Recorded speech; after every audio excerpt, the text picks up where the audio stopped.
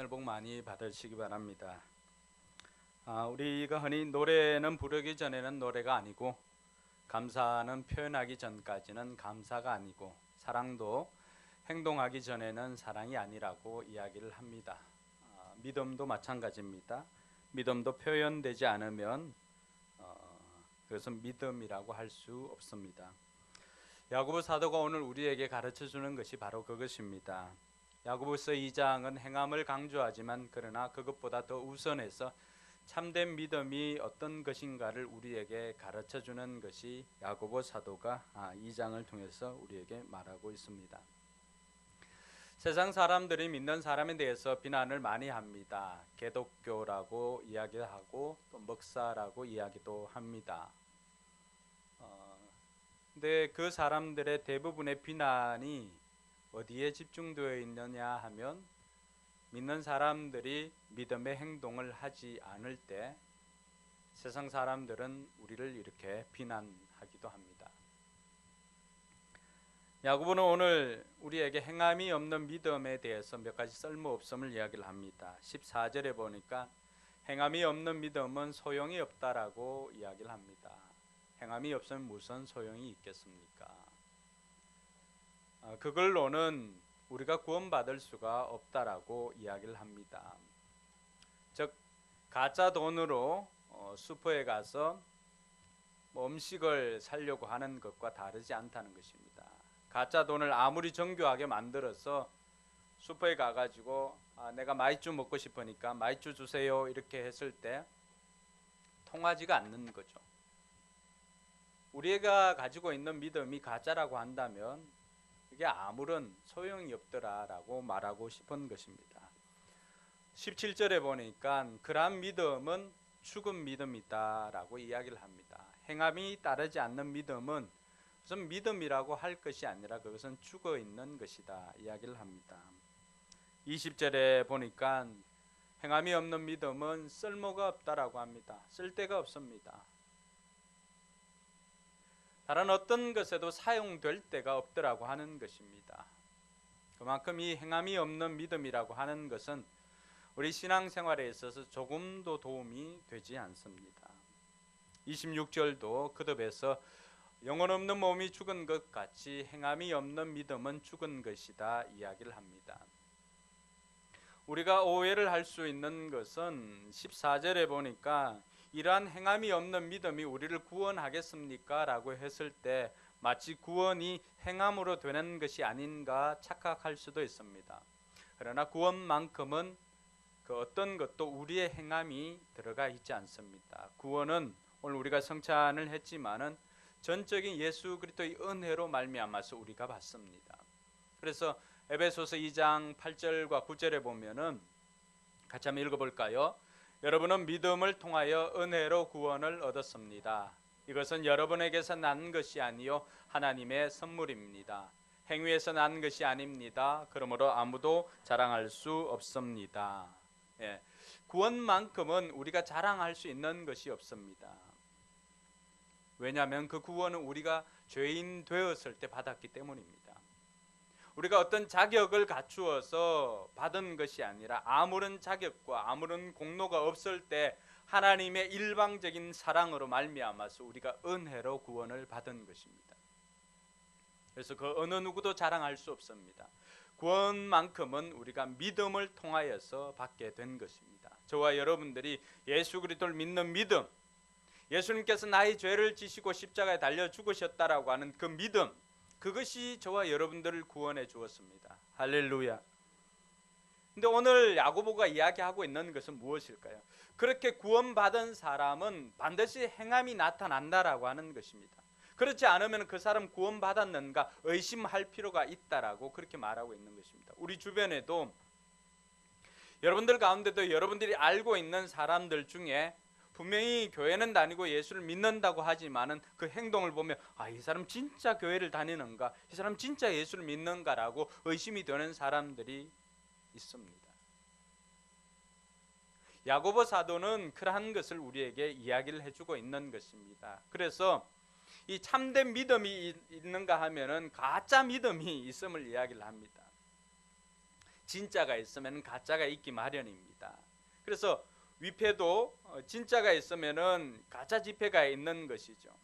그러한 것을 가지고 살아가려고 하는 사람들이 있는 것처럼 가짜 믿음 가지고 살아가려고 하는 사람들도 있다는 것을 우리에게 말해주고 있습니다. 가짜 믿음은 그러면 어떤 것일까요? 진짜 믿음을 알기 전에 우리가 가짜 믿음을 한번 살펴볼까요? 16절에 보니까 그 가짜 믿음이 있습니다. 어떤 믿음입니까? 말만 하는 믿음입니다. 같이 한번 읽어볼까요? 여러분 가운데서 누가 그들에게 말하기를 평안히 가서 몸을 따뜻하게 하고 배부르게 먹으십시오 하면서 말만 하고 몸에 필요한 것들을 주지 않는다고 하면 무슨 소용이 있겠습니까? 여러분 앞에 배고픈 사람이 있고 줄여 있는 사람이 있습니다. 여러분은 믿음의 사람입니다. 그런데 그 사람들에게 평안히 가십시오. 또 뭐 물만 먹지 말고 집에 먹을 것 있으면 좀 먹으십시오. 먹을 것이 있다면 왜 그 사람들이 그렇게 줄이겠습니까? 근데 이러한 신앙을 가지고 있는 사람이 있습니다. 말만 하는 신앙. 그래서 세상에 있는 사람도 예수 믿는 사람들을 비난할 때 제일 많이 하는 게 뭡니까? 그런 말을 안 들어봤나 보네요. 예수쟁이들 말은 잘해. 말은 잘해. 우리가 말도 잘하는 사람이 되어야 되는데 말만 잘하고 말은 잘하는 사람이 되다 보니까 집에서도 인정받지 못하고 집안에서도 인정받지 못하고 회사나 직장에서도 인정받지 못하는 일이 생깁니다. 말은 청산유수처럼 합니다. 말은 물에 빠져놓으면은 진짜 입만 살아가지고 뭐 밑에 가서 붕어하고 이야기하고 있다고 하던데 입만 살아서 동동 뜨는 이러한 신앙인들도 있음을 이야기를 합니다. 야고보는 그 사람은 가짜다라고 가르쳐주고 있습니다. 사랑하는 성도 여러분, 저와 여러분들은 말만 하는 그러한 신앙인이 아니라 말도 잘하는 신앙인이 되기를 바랍니다. 옆사람 그렇게 축복합시다. 말도 잘하는 신앙인이 됩시다.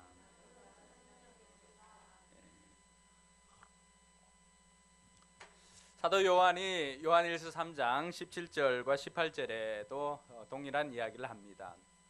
같이 한번 읽어볼까요? 누구든지 세상 재물을 가지고 있으면서 자기 형제 자매의 궁핍함을 보고도 마음 문을 닫고 도와주지 않으면 어떻게 하나님의 사랑이 그 사람 속에 머물겠습니까? 자녀된 이 여러분, 우리는 말이나 혀로 사랑하지 말고 행동과 진실함으로 사랑합시다. 아멘. 우리가 이렇게만 살아도 우리 교회도 성도들이 더 많이 늘어났을 것이고 한국 교회도 성도들이 더 많이 늘어났을 것입니다. 세상 사람들이 손가락질하는 것은 우리가 말만 하는 성도였기 때문입니다. 다른 누구를 탓하기보다는 우리는 우리 자신을 돌아보아야 할 것입니다. 언제나 우리가 말씀을 들으면 먼저 내 자신에게 먼저 적용을 해 봅시다. 저도 말씀을 준비하면서 언제나 제 자신에게 먼저 준비를 합니다. 나 역시도 말만 잘하는 또 말만 하는 그런 삶을 살지는 않았는가를 돌아보게 되었습니다. 여러분들은 어떻습니까? 여러분 주변에 정말로 하나님의 사랑이 필요한데 우리는 마음이 없고 하니까 말은 열심히 살아야지 또 이렇게 해야지 라고 하면서 정작 그들에게 필요한 것을 공급해 주지 못할 때가 있습니다. 그렇지 않으면 때로는 일방적으로 내가 원하는 방식으로 제공해 줄 때가 있습니다. 우리 아이들은 정말로 우리 부모님들이 금과 옥조처럼 이야기를 하는 그 이야기를 우리 사랑하는 자녀들은 그렇게 기쁘게 받아들이질 않습니다. 근데 우리 부모님들은 어떻습니까? 이 아이가 잘 되라고 틈만 나면 이렇게 해야지, 이렇게 해야지, 이렇게 해야지, 이렇게 해야지 하는데 그 아이들 귀에는 뭘로 들립니까? 그냥 잔소리로 들립니다. 때로는 그럴 때가 있습니다. 그럴 때 저와 여러분들이 부모된 우리가 말만 그렇게 하는 것이 아니라 공부해라가 아니라 우리 자신이 먼저 김비서 찾기 전에 성경책을 찾고 이렇게 앉아서 성경을 읽는다면 또 책을 가지고 와서 책을 펴고 공부를 한다면 우리 아이들에게 공부해라 공부해라 이럴 것이 아니라 삶으로 보여주게 되면은 말도 통하게 될 줄로 믿습니다. 그렇지 않고 저와 여러분들이 틈만 나면 휴대폰을 가지고 고스톱을 친다거나 뭐 이렇게 하면은 그 아이들도 틈만 나면 그것을 가지고 시간을 죽일 것입니다. 우리가 아이들에게 가르쳐 주고 싶은 거 우리가 삶으로 살아내지 못하면은 영향력이 많지는 않습니다. 그동안 성도들은 주일 예배를 통해서 또 아니면은 큐티를 통해서든 설교를 통해서든 많은 것들을 듣습니다. 좋은 것들을 듣습니다. 설교 시간에 잘못된 것 전하는 사람이 과연 몇 사람이 있겠습니까? 설교를 들으면 다 좋은 이야기를 듣습니다. 좋은 이야기를 들었지만 그것을 내 것으로 만들지 못하고 언제나 귀에 들은 것 삶으로 손과 발로 마음으로 행하지를 못하니까 늘 우리 입에만 머물고 있습니다. 이것이 우리 목을 타고 내려가서 우리의 가슴을 적시고 손과 발로 이어져야만이 삶으로 본을 보이게 되는데 우리는 늘 요 입에만 머물고 있다 보니까 아이들에게 말만 합니다. 우리 주변에 있는 사람들에게도 마찬가지입니다. 그래서 우리에게 주님의 사랑이, 주님의 심장이 우리 가운데 있다면 우리는 삶으로 주님께서 가르쳐 주신 그 사랑을 실천하는 저와 여러분들 되기를 바랍니다. 그래서 말만 하는 신앙은 가짜 신앙임을 가르쳐 줍니다. 또 하나 가짜 믿음이 있습니다. 19절에 보니까 같이 한번 읽겠습니다. 그들은 하나님께서 한 분이심을 믿고 있습니다. 잘하는 일입니다. 그런데 귀신들도 그렇게 믿고 뛵니다. 이 가짜 믿음 뭐냐 그러면 지적으로 동의하는 것입니다. 그러니까 아는 것. 그러니까 아는 것은 믿음이 아닙니다. 우리가 흔히 생각할 때 성경에 대해서 참 많이 아는 사람이 있습니다. 근데 삶은 따라주질 않습니다. 성경에 대해서 많이 안다고 해서 그 사람이 믿음의 사람인가? 그렇지는 않습니다. 오늘 야고보는 정말로 단적인 예를 들어 설명해 줍니다. 하나님께서 한 분이심을 누구도 안다라고 이야기를 하죠. 귀신들도 안다라고 이야기를 합니다. 그야말로 지적 동의, 그냥 알면서 그치는 것은 귀신들도 다 하나님께서 한 분이심을 다 알고 있다라고 하는 거예요. 그러면서 벌벌 떤다는 거죠. 자, 하나님께서 한 분 하나님이심을 알면 어떻게 해야 될까요? 그분 앞에 머리를 조아리고 꿇어 엎드려서 하나님을 경배하고 삶을 바꾸어야 합니다. 귀신들은 어떻게 한다는 거예요? 삶을 바꾸지 않습니다. 그냥 늘 떨기만 합니다. 늘 불안해하기만 합니다. 하나님께서 어떤 분인가를 알고 그냥 불안해하기만 합니다. 이것도 가짜 믿음에 속한다고 합니다. 혹 우리 중에 성경 많이 아는 것으로 위안 삼는 사람이 있습니까? 많이 아는 것이 삶으로 살아내지 못하면 전혀 영향력이 없습니다. 늘 이야기를 하지만 그것은 부뚜막에 있는 소금과 다르지 않습니다. 그것이 부뚜막에 있는 소금이나 여러분 머릿속에 있는 지식이나 다르지 않습니다. 그것을 아무것도 단 하나라도 적용하지 못하고 삶으로 실천하지 못하고 살아내지 못한다면 머릿속에 있는 지식이 무슨 소용이 있겠습니까? 야고보는 그것을 이야기를 하고 있는 것입니다. 머릿속에 하나님에 대한 알미 있다면 이것이 가슴으로 내려오거나 손과 발로 이어져서 삶으로 살아내지 못한다면 그것은 우리에게 아무런 유익이 없다라고 하는 것입니다. 귀신들도 그것 알고 행한다고 했습니다. 그래서 우리가 진짜 믿음을 이해하기 전에 가짜 믿음이 어떤 것인가를 알고 혹이라도 우리 중에 이 가짜 믿음이 있다면 이러한 것을 떨쳐버리고 진짜 믿음으로 갈아타는 저와 여러분들이 되기를 바랍니다. 그러면서 진짜 믿음을 가진 사람들, 성경의 인물 중에 아브라함과 라합을 소개하고 있습니다.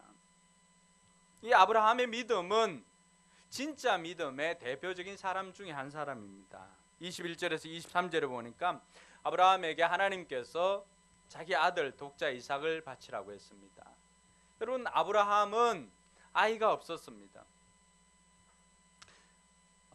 그럼에도 불구하고 우리 교회는 임신한 엄마들이 많이 있으니까 우리는 아브라함보다 더 복받은 교회인 줄 믿으시기 바랍니다. 이때는 아멘 해야 돼요. 믿으시기 바랍니다. 그래서 하나님께서 아브라함이 찾아오셔서 100세에 아들을 낳게 해 주었습니다. 그러니까 하나님께서는 능치 못함이 없음을 이 아브라함의 삶을 통해서 다시 한번 보여주었습니다.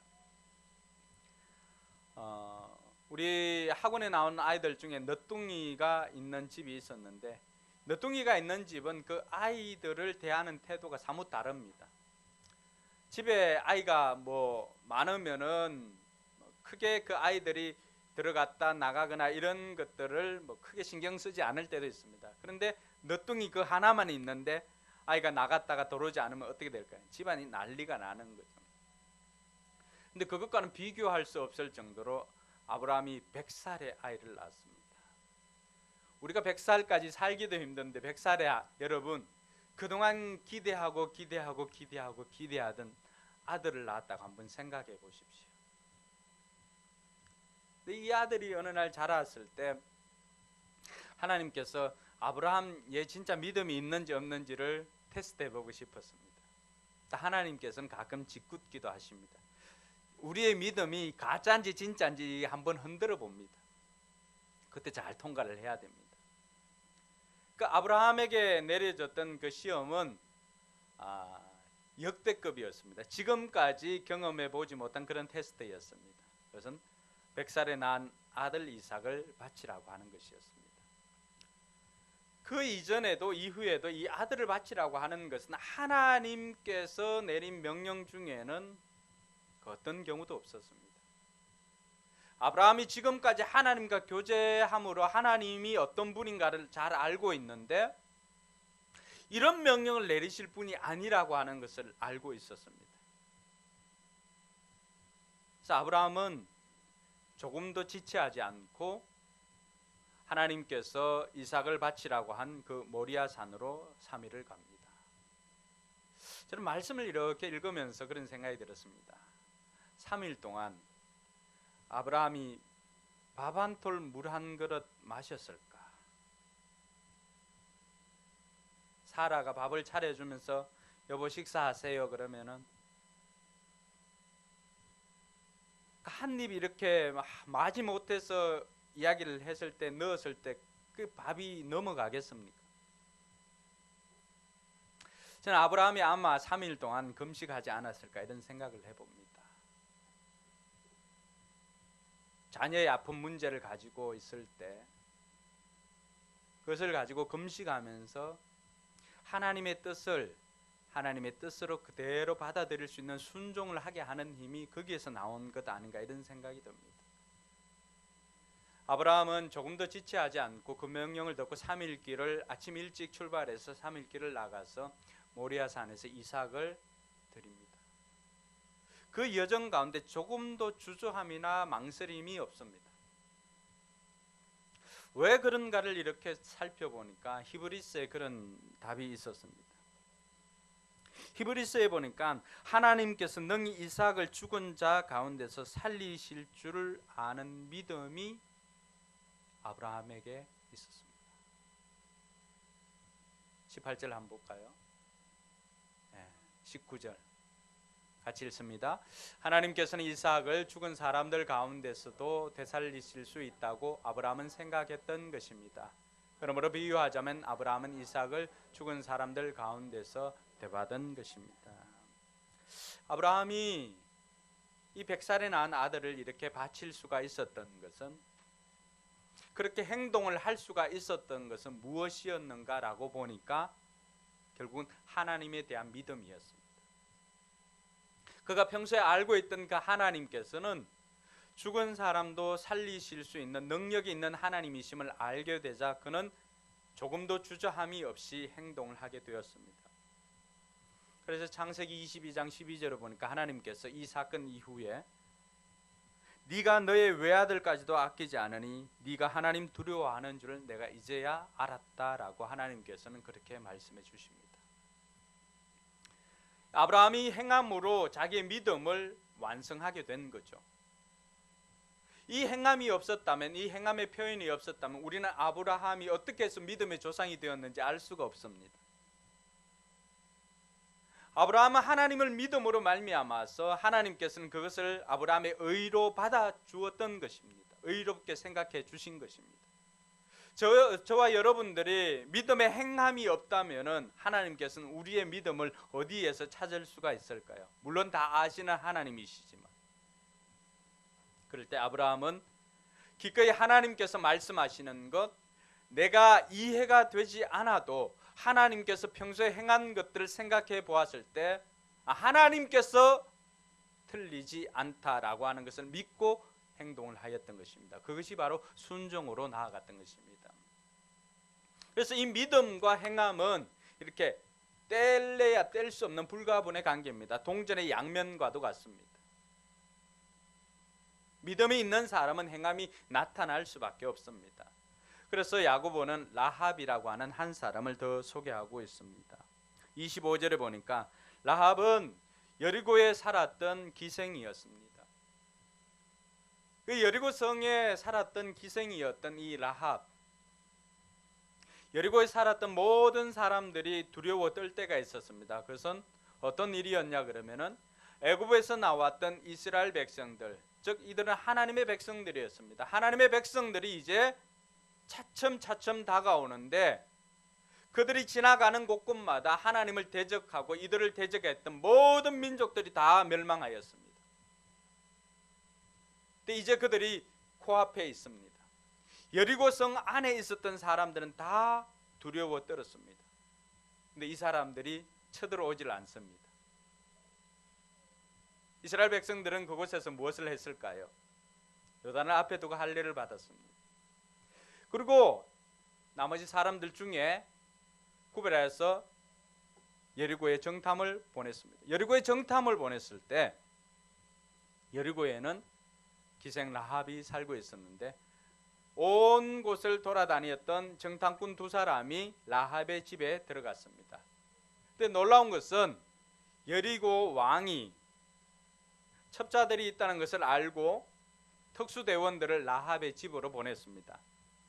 자, 여러분들이 라합이라고 한번 상상을 해보십시오. 괜히 이 두 사람을 살려줬다가는 나와 우리 집안이 다 멸망을 당할 것은 불을 보듯 뻔합니다. 그 동안에 여리고의 비밀 경찰들이 얼마나 뛰어났는가 하면은 어떤 내용들인지 비밀 경찰들이 모르는 것이 없습니다. 그렇지 않고서야 라합의 집에 두 사람이 들어왔던 거, 그 한밤중에 들어온 걸 어떻게 알고 있었겠습니까? 이것을 더 이상 숨겼다가는 자기와 자기 집안이 모두가 멸망당할 것을 알았습니다. 근데 비밀 경찰이 왔을 때 라합이 어떻게 했습니까? 그 사람들이 오기는 왔는데 길을 떠났다고 이야기를 합니다. 그러면 비밀 경찰들이 나갔을 때 옥상에 숨겨져 있던 그 두 사람을 풀어주었습니다. 라합은 왜 이렇게 행동을 했을까요? 어떻게 보면 여리고성이 멸망을 당하는데 그 역할을 한 것이죠. 라합이 정탐꾼들에게 약속을 한 것이 있습니다. 여호수아 2장 10절과 11절을 보니까 당신들의 하나님은 하늘의 하나님이고 땅 위의 하나님이다. 상천하지의 하나님이다 라고 하는 고백을 합니다. 이 고백은 아브라함의 믿음과 방불한 것입니다. 이 고백을 한 사람은 성경에 두 사람입니다. 아브라함과 라합. 그러니까 하나님께서 어떤 분인가를 알았던 라합이었습니다. 하나님께서 이스라엘 백성들과 어떻게 동행하였고 어떻게 대적들을 물리쳤던가를 다 알았기 때문에 비밀 경찰들에게 굴복하는 것보다도 이 하나님께 의지하는 것이 그는 더 큰 것임을 깨달아 알았던 것입니다. 그리고는 그 믿음을 즉시 행동으로 옮기게 되었습니다. 그래서 바로 두 사람을 살려주는 것이었습니다. 그리고는 약속을 합니다. 당신들이 하나님께서 도우셔서 당신들이 이 여리고에 돌아왔을 때 나와 내 집을 살려달라고. 그래서 그 표시로 집에 손수건을 이렇게 걸어놓습니다. 빨간 손수건. 그래서 실제로 여리고 함락되어질 때 이 가정이 살 수가 있었던 것입니다. 오늘 라합이 이렇게 행동을 할 수 있었던 근거는 무엇이었을까요? 그가 어떤 믿음을 가지고 있었기에 이런 행동을, 목숨을 건 행동을 할 수가 있었고 용기 있는 행동을 할 수가 있었을까요? 그것은 바로 하나님에 대한 알미였습니다. 하나님이 어떤 분인가를 깨달아 알았기 때문에 그는 그의 믿음을 행함으로 옮길 수가 있었던 것입니다. 그래서 진짜 믿음에 필요한 제일 첫 번째는 하나님에 대한 바른 믿음이 필요합니다. 아브라함에게도 있었고 라합에게 있었던 공통적인 것은 하나님께서 어떤 분인가를 바르게 알았던 것입니다. 그 알미, 이들로 하여금 행함으로 나타날 수 있도록 하였던 것입니다. 그래서 우리의 믿음이 행함이 따르는 진짜 믿음이 되기 위해서는 제일 우선하는 것은 하나님이 어떤 분인가를 아는 것이 필요합니다. 그리고 그 아는 것을 삶으로 살아낼 때 비로소 우리는 진짜 믿음을 소유하게 되는 것입니다. 둘째로 우리가 가지고 있는 믿음이 진짜 믿음이 되기 위해서는 믿음은 작은 변화로부터 시작됩니다. 성경에 나오고 있는 수많은 사람들은 다 예수를 만남으로 말미암아 그 사람들의 삶이 변화되었습니다. 우리도 예수 그리스도를 만남으로 말미암아 삶이 변화되어야 되는 것입니다. 누가복음 19장에 보니까 삭개오가 나옵니다. 삭개오가 그동안 죄인 소리 듣고 사람들로부터 손가락질 당했습니다. 근데 예수님께서 지나가다 돌감람나무 밑에서 삭개오를 만나고는 그날 삭개오의 집으로 들어갑니다.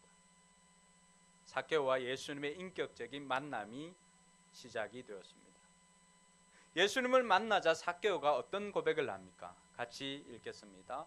삭개오가 일어서서 주님께 말하였다. 주님 보십시오. 가난한 사람들에게 주겠습니다. 또 내가 누구에게서 강제로 빼앗은 것이 있다면 네 배로 하여 갚아 주겠습니다. 예수님을 만났던 삭개오에게 일어났던 첫 변화는 더 이상 이렇게 살지 않겠습니다. 예수님, 제가 이제는 하나님의 자녀답게 살겠습니다. 그래서 고백했던 것. 그 이전에 자기에게 신은 누구였습니까? 자기에게 신은 돈이었습니다. 돈이면 다 해결될 것처럼 살았습니다. 그래서 악착같이 돈을 모았습니다. 사람들에게 손가락질 당하고 조롱당하고 하면서도 자기 민족의 돈을 그렇게 긁어 모았습니다. 그리고 드디어 부자가 되었습니다. 부자가 되면은 자신이 가지고 있는 약점이나 이런 것들이 다 없어지고 커버가 될 것 같았지만은, 그러나 돈을 벌면 벌수록 사람들의 손가락질은 더 심했습니다. 그래서 아예 이름조차도 사라졌습니다. 죄인이라고 그렇게 불렀습니다. 하루하루 사는 것이 의미가 없습니다. 근데 어느 날 예수님께서 그 동네로 지나가신다는 소식을 들었습니다. 예수님을 만난 사람들은 다 삶이 변했다는 이야기를 듣고 삭개오도 그 마음 한 구석에 나도 제대로 살고 싶다라고 하는 소망이 있었습니다. 오늘 간증했던 이우전 집사님도 그런 고백을 합니다. 정말 말씀대로 제대로 살아보고 싶다라고 하는 그 소망. 여러분들에게는 그 소망이 없었습니까? 정말로 나도 진짜 믿음을 가지고 진짜 신앙인으로 한번 살아보고 싶다라고 하는 그 열망. 삭개오에게 그것이 있었습니다. 그러고는 쫓아나갔습니다. 쫓아나가 보니까 어떻습니까? 그렇게 마음 먹는다고 해서 다 일이 일사천리로 진행되는 게 아닙니다. 언제나 갈등은 있습니다. 삭개오가 나가 보니까 사람들이 빽빽하게 들어찼습니다. 그 사람들은 수많은 소원을 가지고 온 사람들입니다. 예수님께서 기적을 베푼다고 하니까 어떤 기적을 베푸는가 궁금해서 나온 구경꾼도 있었습니다. 또 어떤 사람은 아픈 사람은 그 옷자락 만지니까 살았다라고 하는 이야기를 듣습니다. 그러니까 아픈 사람들이 그 옷이라도 만져보려고 오는 사람도 있었을 것입니다. 또 어떤 사람은 앞을 보지 못한 사람은 예수님께서 또 앞을 보게 해주었다는 그 이야기를 듣고 앞을 보지 못하는 사람들도 그곳에 모여 있었을 것입니다. 그러나 그 순간에 예수님께서 만나고 싶었던 사람들은 그 사람들 틈을 지나가서 키가 작아서 볼 수 없었던, 그래서 돌 감람나무 위에 올라갔던 삭개오를 찾아오셨습니다. 그리고는 그 이전에 어느 누구도 불러주지 않았던, 어머니 외에는 불러주지 않았던 그의 이름을 불러줍니다. 삭개오야 내려오라. 주님께서 이 시간 찾아오셔서 여러분의 이름을 불러주신 줄 믿으시기 바랍니다. 그 어느 누구도 불러주지 않았던 여러분의 진짜 이름. 삶에 지치고 돈을 벌며 살면 다 되는 것으로 알고 살았는데 정작 그 마음에, 여러분의 마음에 남아있는 그 허전함, 그 아픔, 이런 것들을 다 아시고 주님께서는 찾아오셔서 여러분의 이름을 불러주십니다. 삭개오야 내려오라. 그리고는 주님께서는 삭개오와 함께 그의 집에 들어가서 그의 변화된 삶을 이제는 주님께서 정의되어 주셨습니다. 삭개오는 고백합니다. 주님, 내가 이제 다른 사람의 것을 빼앗은 것이 있다면 그 사람들에게 나누어 주겠습니다. 강제로 빼앗은 것이 있다면 4배나 주겠습니다 라고 고백을 합니다. 삭개오의 믿음은 이런 작은 변화로부터 시작되었습니다. 오늘 저와 여러분들의 진짜 믿음으로 변화되기를 소망한다면 우리에게 있는 작은 생각들이나 가치관들을 바꿀 수 있기를 바랍니다. 진짜 믿음은 거기에서 시작합니다. 여러분들이 돈을 제일로 알고 살았다면 이제는 돈이 아니라 주님 때문에 제가 다른 것들은 내려놓더라도 그렇게 살겠습니다 라고 하는 이 작은 변화가 여러분들을 진짜 믿음의 사람으로 바꾸게 될 줄로 믿습니다. 마지막으로 살펴볼 진짜 믿음은 작은 행동을 실천하는 것부터입니다. 삭개오의 이런 가치관의 변화는 이제는 행동으로 옮겨갔을 것입니다. 저와 여러분들이 진짜 믿음을 가지고 있다면 우리가 많은 것을 아는 것이 중요한 것이 아니라 하나를 알아도 그것을 한번 실천해 보시기 바랍니다. 삭개오가 돈이 제일 중요한 것처럼 살았는데 이제는 돈이 아니라 주님이 제일 중요합니다. 내가 돈을 내려놓겠습니다 라고 하였을 때 우리는 주일 성수를 할 수가 있습니다. 주일 성수를 할 수 있는 것은 무엇 때문일까요? 주일날은 평일날보다 훨씬 많은 것들을 거두어 드릴 수가 있습니다. 그런데 내가 이제 예수 그리스도를 만나고 난 다음에 진짜 신앙을 가진 사람은 돈으로 사는 사람이 아니라 예수로 사는 사람입니다. 할렐루야. 그래서 나는 돈보다는 예수님을 택하겠습니다 라고 예수님을 택하여서 예배의 자리에 나올 때 하나님께서 여러분의 삶과 사업장을 책임져 주실 줄 믿으시기 바랍니다. 이런 작은 실천 하나가 여러분들을 진짜 믿음의 사람으로 바꾸어 가는 것입니다. 그래서 주일 성수하는 것도 다르지 않습니다. 11조도 마찬가지입니다. 내가 심을 씨와 먹을 양식을 두고, 여러분 돈 필요하지 않는 사람이 누가 있겠습니까? 돈 좋아하지 않는 사람 누가 있겠습니까? 저도 돈 주면 잘 쓸 수 있습니다. 잘 쓸 자신이 있습니다. 한번 줘 보십시오. 사모님 한번 줘 보십시오. 제가 잘 쓸 수 있습니다. 돈 싫어하는 사람 없습니다. 돈 다 좋아합니다. 근데 돈의 노예가 아니라 정말로 내가 이 돈을 어떻게 사용하는가가 진짜 중요한 것입니다. 요한에게 이야기했던 것 들으셨죠? 세상 재물을 가지고 가난한 사람들에게 나눠줄 줄 모른다면 그 재물이 무슨 의미가 있겠느냐라고 하는 것입니다. 늘 말만 전 세계 평화를 위해서 살 것이 아니라 실제로 여러분 주변에 힘들어하는 이웃을 보고 그 물질을 쓸 수 있는 사람이 되어야 함을 이야기를 하고 있습니다. 나를 위해서 쓸 때 그 돈이 얼마나 소중하겠습니까? 그런데 하나님 먼저 하나님 나라와 의를 구하겠습니다 라고 하면서 내가 이렇게 살 수 있었던 것도 하나님께서 내게 베풀어 주신 은혜 때문입니다 라고 고백하면서 11조를 드릴 줄 알 때 나머지 모든 것들도 하나님께서 우리에게 주실 줄 믿으시기 바랍니다. 진짜 믿음은 돈이 아니라 하나님을 택하는 것입니다. 그것이 진짜 믿음입니다. 여러분들이 알고 있는 수많은 성경의 내용들이 있을 것입니다.